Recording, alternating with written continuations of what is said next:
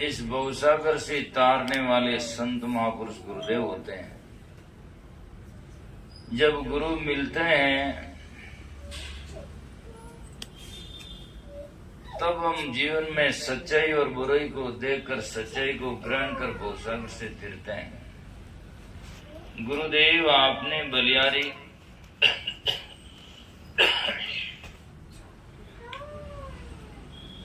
बल हार जाना, बलिया जाना, न्योछावर हो जाना। गुरु के चरणों में न्योछावर हूं गुरुदेव। तो क्यों है ऐसी, गुरु में क्या बढ़ाई है या विशेषता है?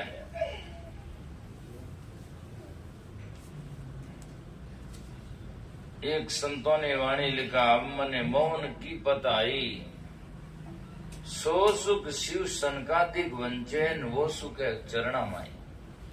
बड़े बड़े शिवरंजी सनकादिक ऋषि जो चाहते हैं वो सुख गुरु के देव के चरणों में है। इसलिए गुरुदेव आपने बलियारी सबसे पहले कहा गया,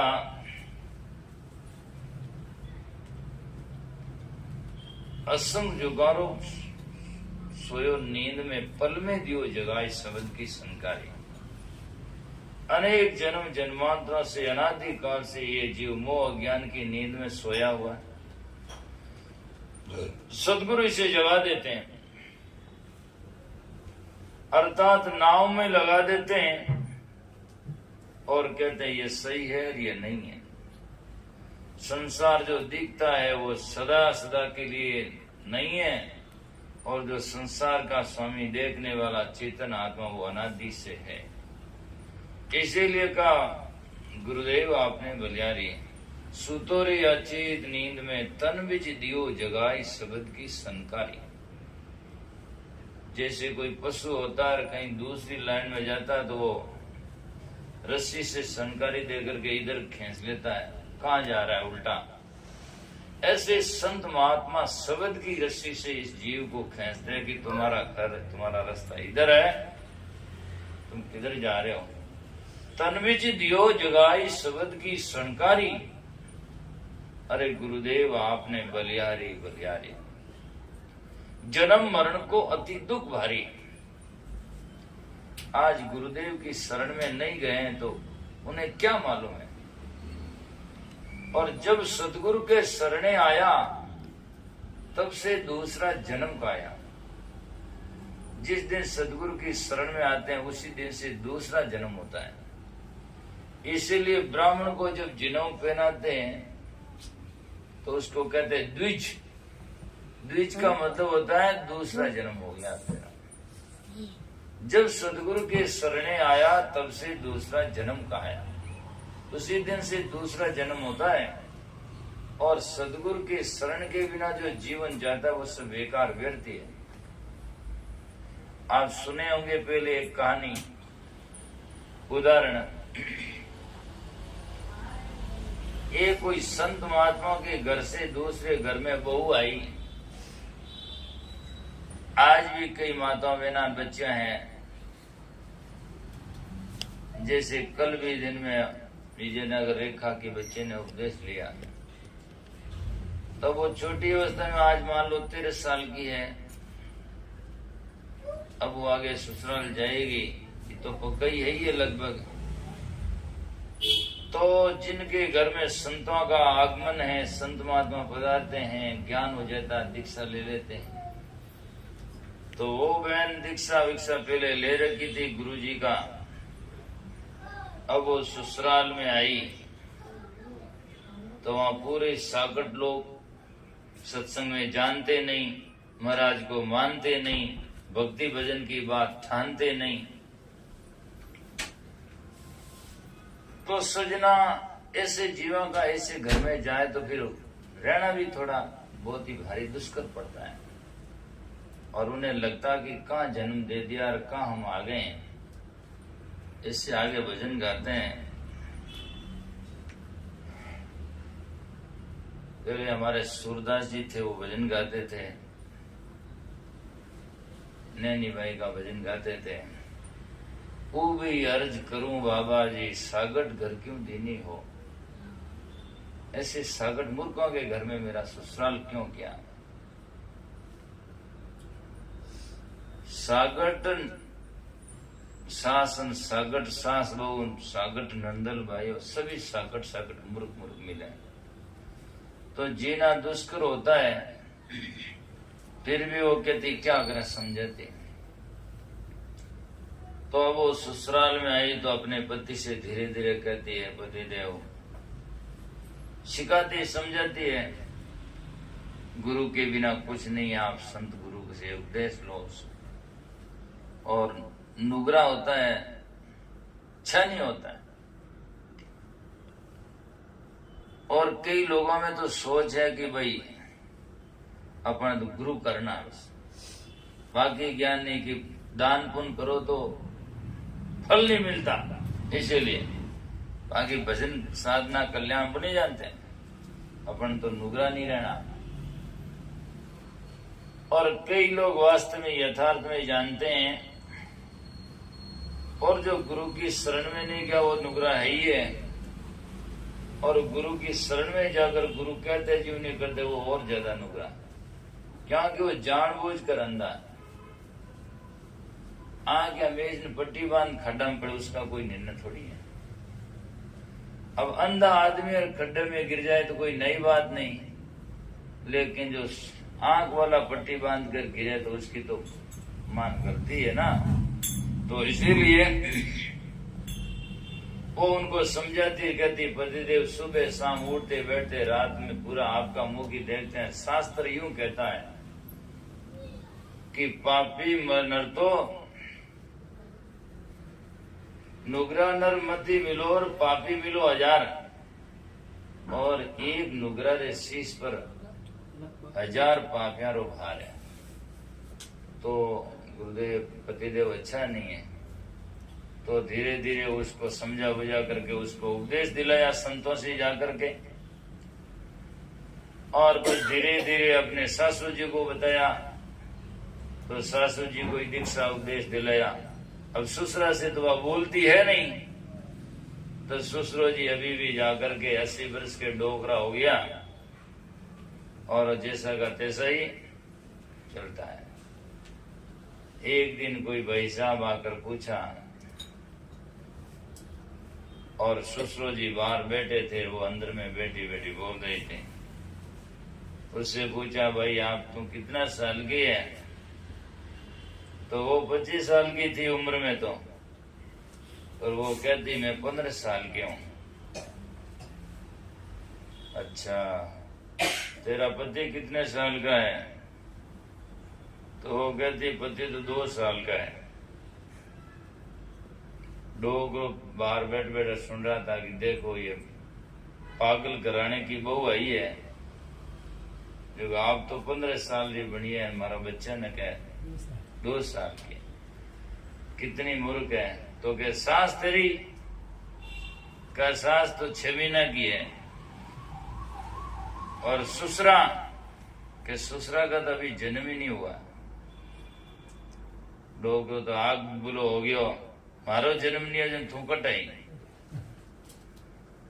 तो सजना बाद में बेटा यार, बेटा से का बेटा बहुत गलत घराने की बहू आ गई है, और अपने आप में खुद बडेरी बनी, मेरा तो जन्म ही नहीं, इसलिए ऐसी बहू हमें नहीं चाहिए, तुम इसको छोड़ दे। लड़का भी पुत्र भी आज्ञाकारी होते पुराने टाइम में, आज तो क्या थाने छोड़ दो, पर मैंने नहीं छोड़। लेकिन पुत्र बड़ा समझदार था, पिताजी की आज्ञा पालन करने वाला, और उस औरत से कहा कि भाई आप अपने घर जाओ, ऐसे आचरण वाली नारी मुझे नहीं चाहिए। मेरे पिताजी कहते हैं ठीक आचरण नहीं किया तुमने, तुम ऐसी भाषा बोलती है। बोले क्या बोला? बोले पिताजी कह रहे थे तो तुम कहती मैं 15 वर्ष की हूँ, और मेरा पति तो 2 वर्ष का है, सास तो मेरी 6 महीना की है, ससुर का जन्म ही नहीं हुआ। तब वो कहती यही बात है क्या? यही बात पिताजी ने सुनी क्या? बोले हाँ। तो वो कहती पिताजी को, ससुरा जी को यहाँ लाओ और मैं बताती हूँ। तब उसने कहा कि पिताजी ऐसा नहीं है, वैसे मैं भी जाकर के 25 साल की हूँ, उम्र में तो, लेकिन मुझे उपदेश लिए हुए जाकर के 15 साल हुए हैं। तो उपदेश लेने के पहले जीवन क्या, वो तो सब व्यर्थ ही गया। उनके बाद में मुझे ज्ञान हुआ तो मैं सत्संग सुनती हूँ, भजन करती हूँ, साधना करती हूँ, शुभ कर्म करती हूँ, तो ये मेरा जीवन सार्थक है। तो जीवन तो वही है, बाकी का तो सब व्यर्थ ही गया। तो इसीलिए मैं 15 साल की हूँ, फिर यहाँ आई तो मैंने पति को समझाते समझाते अब 2 साल हुआ उनको दीक्षा दिलाया, तो उनका बाकी जीवन तो बर्बाद ही गया, और अब 2 साल के हैं जो जीवन सार्थक है। और शास्त्री जी को अभी 6 महीना हुआ है, समझा समझा कर कह करके उपदेश दिलाया है। और आप तो अभी बिल्कुल नुगरे हो, उपदेश है ही नहीं, तो आपका जीवन तो जैसे ही गया, जन्म तो है ही नहीं, बेकार ही जा रहा है। तब तो उसे समझ में आया कि वास्तव में जीवन इससे कहते हैं। तो आज इन संसार में जो लोग हैं और जो संत गुरु की शरण में गए नहीं है और जाते नहीं है, भक्ति भजन करते नहीं है, तो उन्होंने तो बस रात को रटान दिन को सपा, वो है जूझ है, खाली अभी धरातल ही नहीं है कुछ भी। मकान बनता है तो प्लाट लेता है, उस पर बनता है, प्लाट ही नहीं तो मकान किस पर बनेगा। अभी भक्ति भजन का धरातल ही समझ में नहीं आया, संत गुरु की शरण में गए नहीं, समझे नहीं, समझते हैं नहीं, तो फिर क्या होगा। और उनकी तो बड़ी खेद की बात है जो कितने वर्षों से सत्संग सुनते हैं या संतों की शरण में जाते हैं या संत आते हैं या समझाते हैं, फिर भी जिनको समझ में नहीं आए, तो ये तो बड़ा खेद का विषय है। सदगुरु कबीर साहब यूं कहते हैं, सत्संग में सुधरा नहीं जिनका बड़ा भाग, उस संग में बिगड़े नहीं जिनका मोटा भाग। सत्संग में जाकर जो नहीं सुधरते हैं, माता पिता गुरुदेव पति पत्नी की आज्ञा नहीं मानते, तो जीवन बेकार है, क्या है, कुछ भी नहीं है। तुलसीदास जी लिखते हैं रामायण में कि जब सीता अपने पिता का जनक के घर से जब अयोध्या रवाना होती है, तो उनकी माँ उन्हें कहती है, बेटा आप ध्यान रखना, एक चुपाई में कहती है, इमने कहती तुम इंद्र की पूजा करना, यूं ने कहती तुम तीर्थ व्रत करना, यूं ने कहती तुम 11 एकादशी करना, तीज या करवा चौथ करना, पर ये कहती है सास ससुर गुरु पूजा करहु। हे बेटी तू यहाँ से जाती है तो आगे जाकर तेरे सास ससुर मिलेंगे, वो माँ पिताजी है। सास ससुर गुरु पूजा करहु और पति रुख देख कारज अनुसर हो। और पति का रुख देख करके पति क्या चाहता है और सास ससुर क्या कहते हैं, आज्ञा का पालन करना। और उनकी सास ससुर गुरु पूजा करो, माता पिता गुरुदेव गुसाई जन्म दी और ज्ञान बताई। ये जन्म देते हैं और ज्ञान बताते हैं, इनका हमें जाकर के सेवा वंदना पूजा अर्चना करना चाहिए। ये हमारे प्रत्यक्ष देव है। और जो जिसको लोग देव कहते हैं उनका कोई कहाँ धरातल है, पता नहीं किसने हमें क्या दिया, कि किसी के पास में कोई गारंटी नहीं है। इसीलिए और मैं कई बार कहता रहता हूँ, जीवन में दो जाकर पहलू है, दो प्रकार जो दो भाग है, एक व्यवहारिक है और एक जाकर के सजना अध्यात्म है। व्यवहारिक जगत में माता पिता का श्रेष्ठ स्थान है, क्योंकि माता पिता जन्म देते हैं, सब कुछ करते हैं। तो सजना व्यवहारिक जगत में माता पिता का सबसे ऊंचा दर्जा होता है। और अध्यात्म मार्ग में जब हम पांव धरते हैं कल्याण के लिए थे, तो गुरु का दर्जा सबसे मान होता है। अब कई लोग तो ऐसे जिंदगी में दिखाई देते हैं जिनके जीवन में गुरु भी नहीं, या गुरु है तो खुश नहीं, उनकी विचारधारा से, उनके विचारों से, उनके कर्मों से राजी नहीं, क्योंकि गुरु के वैसा करता नहीं। तो गुरु खुश भी नहीं है और माता पिता से भी तालमेल नहीं, उनसे वो खुश नहीं। क्यों खुश नहीं है? क्योंकि वो कहते वैसा करता नहीं है। आज एक आदमी ने जिसने जाकर के जन्म दिया, मकान बनाया, दुकान बनाया, काम किया, शादी की, वो औरत ला करके सब कुछ उसको सुख दिया, और वो लड़का आज माँ बाप का दिल दुखा, उससे बड़ा दुष्कर, उससे बड़ा खराब क्या हो सकता है? जिन्हें हमें जाकर के सब कुछ दिया, उनके हम कालजा को जलाएं, तो फिर हमारी क्या समझदारी है? पहले उनको शांत करें, समझें, और फिर बाद में अच्छा नुकसान क्या हुआ, भक्ति भजन की बात तो दूर रही, कम से कम आज जाकर के सुख शांति से तो जीवन जी रहे हैं। इसीलिए और औरतें भी कहती है मारे सासू जी ने तो बने को नहीं। क्यों नहीं बने? बिल्कुल गलत बात है। जिस सास ने तुम्हारे सुख से जीने के लिए एक लड़का जिसको 21 वर्ष का बड़ा करके खड़ा करके आपको सौंपा, ये तुम्हारा पति है, और उसके साथ में भी आप दगा करें या गलत करें तो कैसा बात होगा? अब जिसने सब कुछ दिया उन्हें तो कहेगा हमारे इसके बने को नहीं, और मंदिर में जाओ माता जी की पूजा करने, वहां तने कहीं दियो, वहां कहीं नमक दियो, घरे प्लॉट दियो, जन्म दियो, और कहीं दियो। किस उसने क्या दे दिया जो तुम्हारा उनसे तेरा तेल में तालमेल है और वो तुम्हारा भला करेगी? शर्म आना चाहिए इस प्रकार के लोगों को जो हमें जाकर के सजना बोध नहीं, ज्ञान नहीं है, और जो सत्संगी है, संत महात्मा करते हैं आज जाकर के, तो समझना चाहिए अच्छी तरह से। अच्छे विवेकी संतों की संगत करो, सत्संग में जाओ, अच्छी विवेक विचार से और दीक्षित बन करके जीवन को सफल बनाओ। और महात्मा कहते हैं मती लगाओ अति इति बार, पकड़ो निज बाटड़ी, और ए दिन एड़ा जाए भूलो मती एक घड़ी। जो दिन गए वापस आ नहीं सकते, और बाकी जिंदगी बची है उसको तो सही करो, गया सो तो भूलो, और जो बच्चा है उसी को सही करो। तो इसीलिए कहते हैं जन्म मरण का अति दुख भारी, कुण कर तो मेरी साई भोग तो दुख भारी। आज जाकर के सजना मान लो ये घर है, आज से 20 साल नहीं 23 साल पहले बाबूलाल जी शांति भाई ने यहाँ दीक्षा लिया। आज देखो जिस घर में संत महात्मा गाना सत्संगी है, उनके बाद में दिन प्रतिदिन व्यवहार में भी है, भौतिक में भी है, सब जाकर के विकास है, अध्यात्म में भी है। आज 1% का झंझट नहीं। आज पूजा वंदना किया तो गुरुदेव की किया बस, और नहीं तो हजारों घरों में आप देखो एक दिन महीना में 4-5 दिन तो 6 दिन तो खाली नहीं जाए। आज वो बाबू दिन है, वो नारियल छाड़ो, वो पूजा छाड़ो, चाड़ते ही भूल गया तो और शंका समाधान हो गया, और वो जिंदगी में लोग डरते रहते हैं। इसीलिए आज कितना जीवन में सुधार है, नशा इत्यादि का सुधार है, और उनका यदि नशा करते तो उनकी हालत भी खराब है, और उनका कैलकुलेशन लगाओ तो सजना कितना नुकसान होता है। एक दिन एक आदमी ने कहा कि गुरुजी मिलने के बाद में क्या फायदा हुआ? परिवार से पूछा, मैंने कहा पहले भाई साहब आप चाय पीते? हाँ। मैंने कहा महीने में कितनी पीते? कैसा 2 किला पीते। कितना पैसा हुआ? बताया साहब 400 रुपया हुआ। शक्कर कितनी लगती कर करके बताया, मतलब महीने में 900 रुपये हुए, मान लो पुरानी टाइम की बात है। तो बाहर नमाज आकर के सजनों कितना हो गया? आप जाकर के 12 जगह ने बोर 12 नमा 100 जाकर के सजनों 8 मान लो 10,000 के रुपये के करीब हो गया। मैंने कहा 10,000 रुपये तो मेरे अकाउंट में जमा करो, हमें से के लिए फायदा हुआ।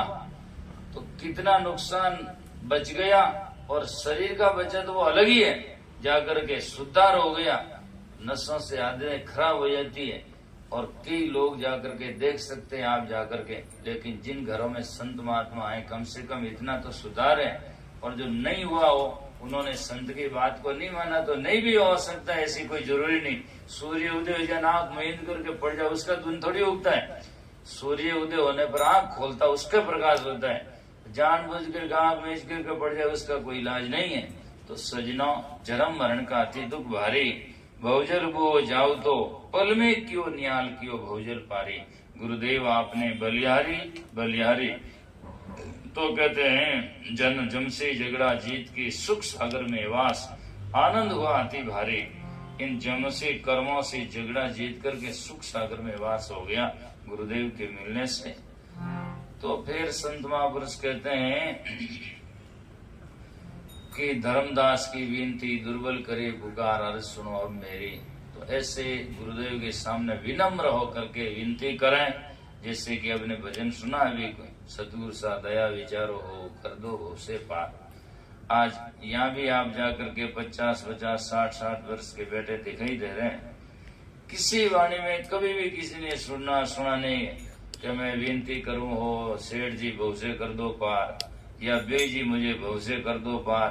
बे जी बुद्धि गला तक डूबोड़ा कहीं पार करें, है ना। ज्यादा दे तो रुपये पैसे दे, प्लाट दे, प्लाट तो यही रहता है, रुपये पैसे यही रहता है। गुरु जी हमें ज्ञान देते हैं जिससे हमारा सुधार होता है।